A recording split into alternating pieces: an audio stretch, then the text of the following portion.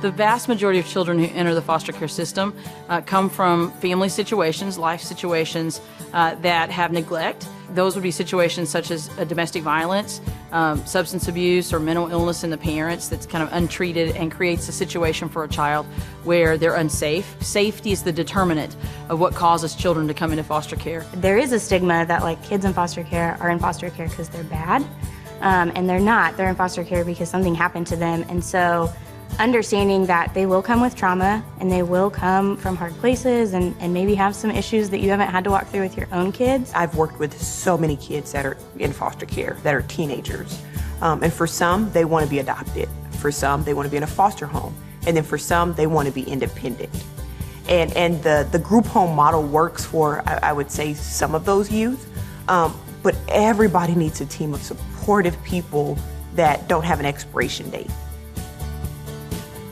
My goal first is to love them and show them unconditional love and to show them what a family really is. And I think mainly how discipline and love really should work. What we've come to understand about kids who've experienced abuse and neglect or kids who've come into foster care is that what happens to you in childhood actually plays out throughout your whole entire life. And I think we all get that to some degree in our own lives, but it plays out in a generational way for these kids. And so what we've come to understand is that well-being piece, like really growing up, not just surviving, but growing up and being well, is about understanding that you're worth something, that you have value, that you're on the planet for a purpose. You're not here by accident. You're not just a throwaway kid. You're not just somebody that nobody wants or somebody has to deal with. As much as you're fostering a child, you're fostering a family, and that's something that I don't think that we really knew or prepared for, but has been one of the biggest blessings. Before we started fostering, that was a main concern of mine. That was something that was fresh in my head was, man, how are we going to have the money to pay for this kind of stuff? There are a lot of organizations that will donate clothes and things that you need. The other big help is your life groups. Our life group right now is donating money towards the biological father's home so that he can establish a good home for the kids and be able to pay the rent that he needs to build in order to have them come back. Well, really, it's not a financial burden because the state provides the child care, the state provides health care, and then they provide your family a stipend. So there's really not out-of-pocket expenses. It's more of a time investment. We have two little girls at the time, 2 and 6, and so we worried a lot about that. And one of the decisions we made for our family was that we were going to try to keep the birth order. Often when parents are thinking about fostering, if they engage their children, what they often hear from their children is, hey, we think that sounds like a great idea. And I think if your children are old enough, it's very important to engage them on the topic before introducing new children to the home. There is opportunity for families to decide what age children might I receive into my home. So for example, if I'm a family that has young children, I might not be as interested in a teenager. You know what? My parents and my grandparents, everybody in my family doing foster care, it grew me up to understand that like being selfless, it's not really an option. Like it's really biblical. It's the gospel. You know, my parents and my grandparents raised me to understand that there's no other option. We take care of people. We take care of kids. This is not the state's problem. This is our problem. For us, it was as simple as just praying about it. Praying, is this the right decision for our family? And I'm not sure the exact moment that happened with her. I know that it was during our Outlaster series that she really felt like God was calling us to make an impact on the next generation. So when she caught the vision outside of just maybe what I was trying to bring factually, but something spiritual happened inside of her, then we knew, yeah, this is it. If it's only one that's in it, you won't have the strength to get through it because there are times when it can be trying. And I would just offer the advice of just pray. Just let God touch your spouse and let the Holy Spirit change their heart.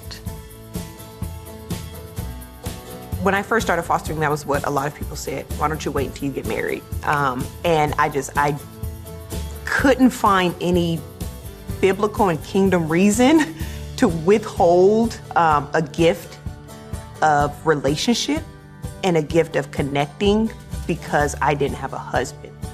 However, I do believe that if you're going into fostering, you have to have a support system. And so instead of relying on God sending me my husband so that I could foster, I relied on God sending me a community of believers so that I could foster.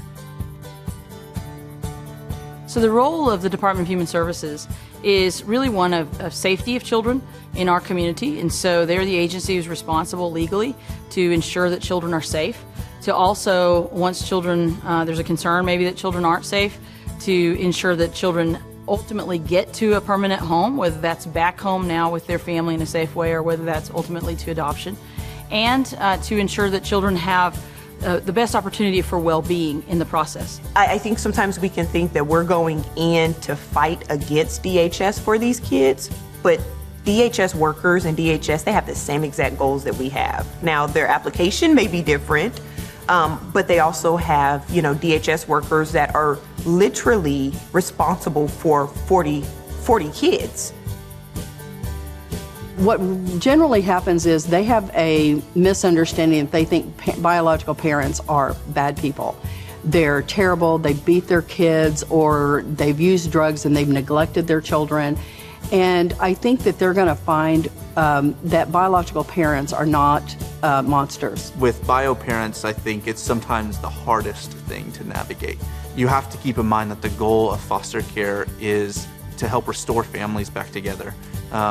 And so if the parents are in a situation where they can get better, where they can find help, then sometimes you're their only support system. In our current situation, and our foster daughter's mother right now, we are her only support. It's changing your perspective and realizing it's an opportunity to be the hands and feet of Jesus to an entire family, not to just a sweet, precious child in your home.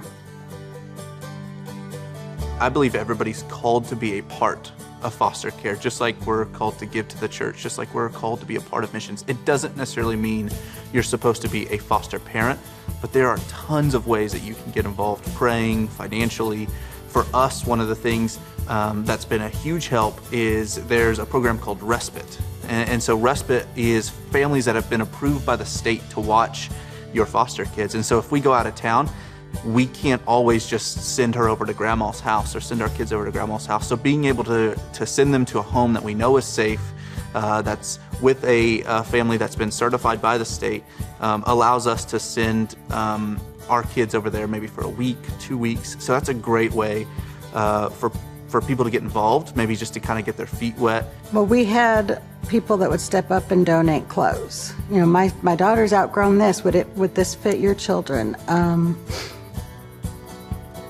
Doctor's appointments, or help. Can you watch my kids while I take them to go visit their mom? Or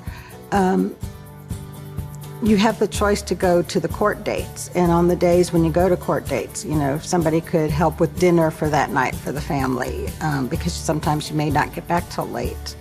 We had a little girl that was African American, and I didn't know how to fix her hair. And so our friend would come over every Sunday and fix her hair for me until I was comfortable with it. And that's the biggest thing that we've had to learn is so many people want to help, and their involvement with foster care might simply be serving families like ours and not robbing them of being able to. People feel blessed to be able to do that. And so we've had, we brought home a newborn baby back in September, and people just dropping off groceries or bringing in meals that are already cooked or that we can simply heat up. I mean, at that point we had 2 other children and a newborn baby. And so we'll have people run errands for us or take our other 2 kids and just allow us to rest.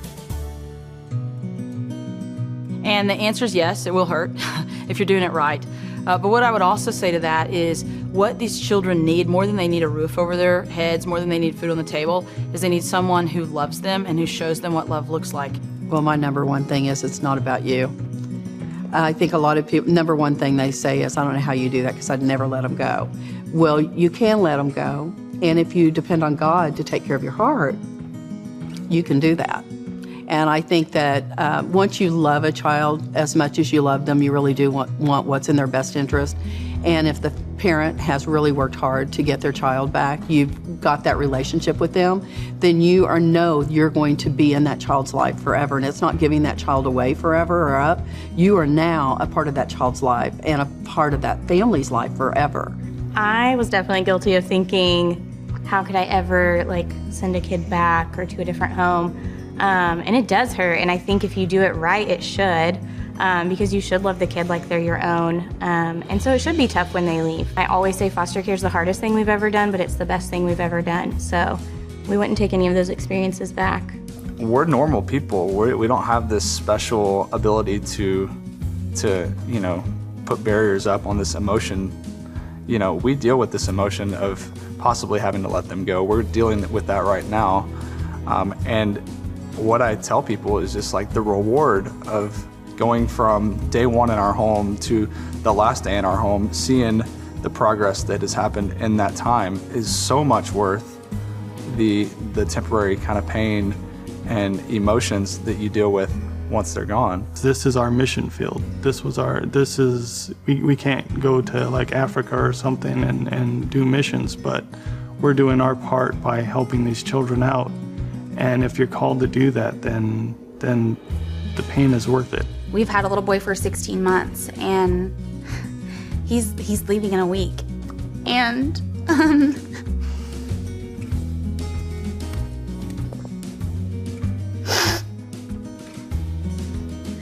the pain that I feel is because it's a healthy attachment, and I've got to see him grow, and it is the most rewarding thing. What we're doing right now, this is going to change a generation. It's going to change a generation.